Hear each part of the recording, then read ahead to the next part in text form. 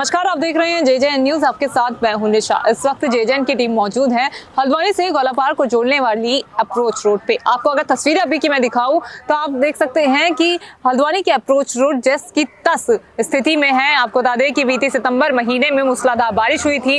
जब मूसलाधार बारिश हुई तो हल्द्वानी के अप्रोच रोड का एक बहुत बड़ा हिस्सा गौला नदी में समा गया था। सिर्फ अप्रोच रोड का नहीं बल्कि गौला पुल का भी एक बहुत बड़ा हिस्सा जो था वो गौला नदी में समा गया था, जिससे गोलापार और हल्द्वानी के बीच का संपर्क टूट गया था।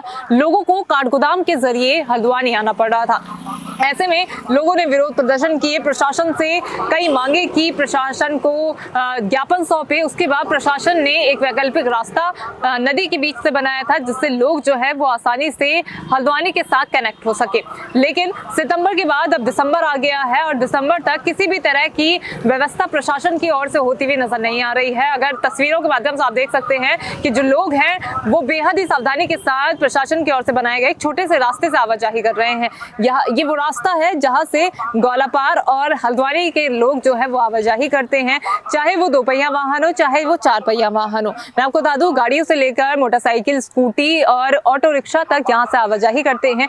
ऐसे में रास्ता इतना छोटा है कि सिर्फ एक बार में एक साइड के लोग ही दूसरी साइड जा सकते हैं और दूसरी साइड के लोग इस साइड आ सकते हैं। और अगर दोनों साइड के लोग इस छोटे से रास्ते में एंटर कर जाते हैं तो यहाँ पर जाम की स्थिति देखने को मिलती है। बीते कई दिनों से यहाँ पर जाम की स्थिति देखने को मिल रही है। लोगों को कई घंटों तक यहाँ पर जाम में फंसना पड़ता है और यहाँ पर पास में फाटक होने की वजह से जब ट्रेन आती है और जाम लगता है तो ट्रेन का फाटक लगने में भी दिक्कतों का सामना यहाँ पे करना पड़ता है। अब ऐसे में सवाल ये है कि आखिर क्यों 3 महीने बीत जाने के बाद भी इस पर कोई कार्रवाई होती हुई नजर नहीं आ रही है। क्या प्रशासन का इस और ध्यान नहीं है कि सिर्फ एक छोटा सा रास्ता यहाँ पे दे दिया गया है, उसके बाद प्रशासन ने इस और मुड़कर नहीं देखा है? क्या कार्रवाई इस पर प्रशासन की ओर से की जा रही थी? इसको जानने के लिए हम सिटी मजिस्ट्रेट कार्यालय पहुंचे थे। वहां पर हमें पता चला कि किसी बैठक के चलते सिटी मजिस्ट्रेट नैनीताल पहुंचे हुए हैं। हम उनसे जानने गए थे कि आखिर क्यों नहीं अभी तक इस पर कार्रवाई हुई है। 3 महीने बीत जाने के बाद भी क्यों गोलापार के लोगों को सिर्फ एक छोटा सा रास्ता हल्द्वानी से कनेक्ट होने के लिए दिया जा रहा है। अब ऐसे में ये तो हुई सिर्फ गोलापार को जोड़ने वाले अप्रोच रोड की बात। यहाँ आने का जो मेन उद्देश्य था वो ये था कि हल्द्वानी में अगले साल राष्ट्रीय खेलों का समापन होने जा रहा है। उत्तराखंड में राष्ट्रीय खेल हो रहे हैं और हल्द्वानी में 28 जनवरी को राष्ट्रीय खेलों का समापन होगा। ऐसे में प्रशासन हल्द्वानी में सड़क चौड़ीकरण को लेकर अलर्ट मोड पर है। तमाम जगहों पर ध्वस्तीकरण की कार्रवाई चल रही है, तमाम जगहों पर बुलडोजर चल रहा है, लेकिन किसी भी तरह की जो अव्यवस्था है वो प्रशासन नहीं देखना चाहता है राष्ट्रीय खेलों के समापन के दौरान, क्योंकि हल्द्वानी में पहली बार इस तरह का बड़ा आयोजन होने वाला है और ऐसे में प्रशासन अपनी तरफ से सभी तैयारियां पूरी कर लेना चाहता है। और आपको बता दें कि जगह जगह पर प्रशासन की ओर से ध्वस्तीकरण की कार्रवाई की गई है, सड़कों को चौड़ा किया जा रहा है। और बीते दिनों ही हमने आपको रिपोर्ट दिखाई थी कि प्रशासन ने एयरपोर्ट से लेकर स्टेडियम तक सभी व्यवस्थाएं चाक चौबंद के निर्देश दिए हैं, सड़कों को व्यवस्थित करने के निर्देश दिए हैं, सड़कों को चौड़ा करने के निर्देश दिए हैं, साफ सफाई के निर्देश दिए गए हैं। लेकिन हल्द्वानी और गोलापार को जोड़ने वाले इस अप्रोच रोड को लेकर अभी तक किसी भी तरह का निर्देश नहीं आया है।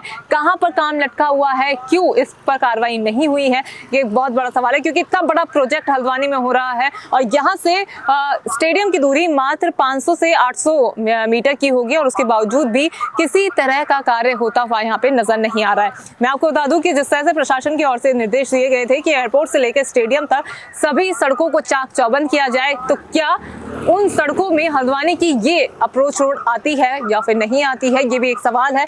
क्या जो लोग हैं, जो खिलाड़ी हैं, जो तमाम लोग हैं, तमाम नेता हैं, तमाम पदाधिकारी हैं, वो हल्द्वानी के इस रोड से सफर नहीं करेंगे या फिर उनको इंदिरा नगर वाली सड़क से आवाजाही के लिए स्टेडियम लेकर जाया जाएगा?